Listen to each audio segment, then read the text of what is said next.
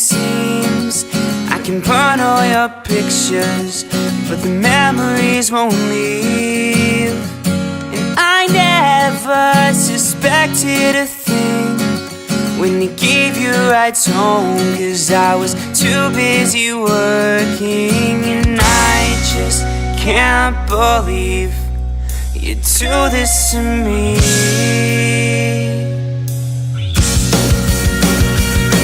And I can't even look you.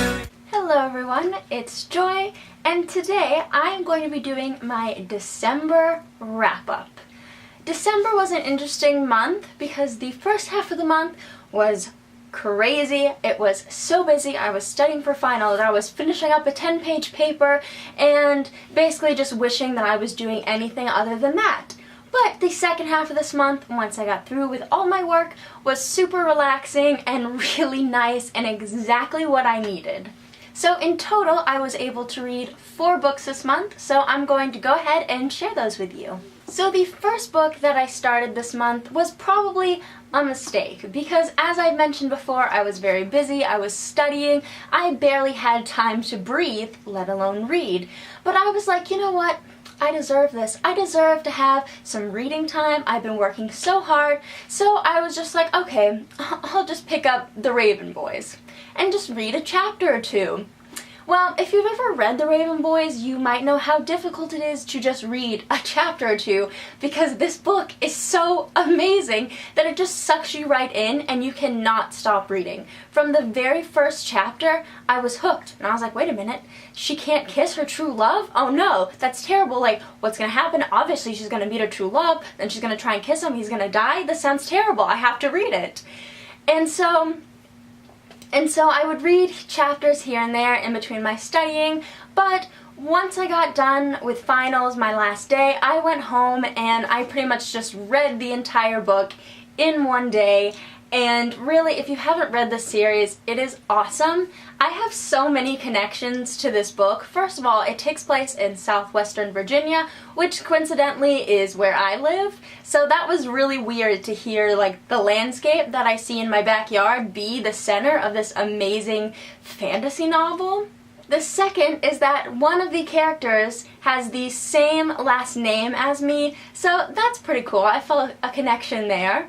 And lastly, I really love the main female protagonist, Blue. I thought that she was such an awesome character and I really related to her a lot. She is so cool, and all the other female characters, all the psychics in the books, they are all such awesome characters. I just love Richard Gansey III so much. He is probably my favorite of all the Raven Boys, although I really love them all.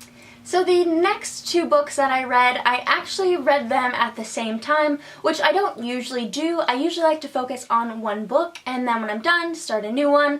But as I mentioned, I'm really into the Raven cycle, so of course I had to pick up the second book, Dream Thieves, also by Maggie Stiefvater, second book to the Raven Boys. The first book ends on a little bit of a cliffhanger, and so I just had to jump right into the next book because I just had to get back into this story. But I also recently saw a trailer for a movie called Love, Simon, and my heart, my poor heart, all my feels. If you haven't seen it, I'm going to link it in the description box below. If you have not seen the trailer for the new movie Love, Simon, you have to watch it. It looks like the cutest movie ever.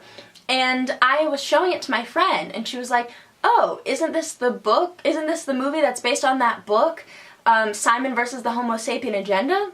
And I was like, oh, I've heard of that book, but no, this is called Love, Simon. And she was like, oh, but that book is getting a movie. That's so weird. This is the plot. And it turns out that that is the adaptation, they just changed the name. So of course I had to go and read Simon versus the Homo Sapien Agenda, and I absolutely loved it. I can see why it's getting so much hype and why it was picked up for a movie, because it was just so special. Such a relatable teenage coming-of-age story, and I just think such a good book for the LGBTQ+ community. If you don't know, the book is about a boy named Simon who is gay, and he is talking online with someone that he met on Tumblr, and they're kind of in the midst of starting a relationship, and someone from his school finds out about it and kind of begins to blackmail Simon into trying to set him up with one of his friends so that he won't tell the entire school that Simon is gay. It had one of my favorite romances that I've read this year, and overall, just a really great contemporary. My final read of this month was What Light by J. Asher. This book is about a girl who lives on a tree farm in Oregon, and from Thanksgiving to Christmas, she goes up to California to sell her Christmas trees with her family, and she leaves her friends and her whole life behind. So when she goes up to California, she's kind of sworn off dating. Her dad's really protective, doesn't want her dating any of the workers on the farm or anything like that. But she meets a guy who she cannot resist, and they begin to have this relationship even though they know it's going to end when Christmas ends. I meant to read this book last Christmas, and I just kind of forgot about it. And then by the time Christmas rolled around, it was kind of already too late. I was out of the spirit and I didn't really want to read a Christmas story. But this book, I managed to start it, I think, the day before Christmas Eve, and I finished it on Christmas, so that was really nice. The actual book itself, I didn't love, I just liked it. It was okay. I found the instant love in it to just not really be very realistic, and I felt that one of the main problems that was happening in the book kind of just felt like it was written in because it's like, oh, we need another problem, we need another obstacle for the characters to go through. It didn't really make a lot of sense with the characters, in my opinion.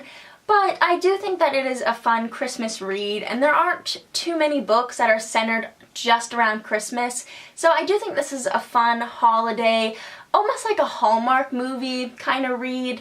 But if you are looking for a Christmas kind of book for next December, then I would recommend this one. It was pretty good. So that was it for my December wrap-up. 2017 is officially over. It has been a pretty crazy year. I've graduated high school, I've started college, and all these crazy things are kind of happening, but I am still continuing to read because that is what I love to do, and I am really looking forward to 2018 and what it's going to bring for my channel. I have a lot of new ideas, and I'm ready to start trying new things and trying to make some different and unique videos for you guys. So I will see you guys for the rest of 2018, and I hope you guys all had a lovely new year. Bye!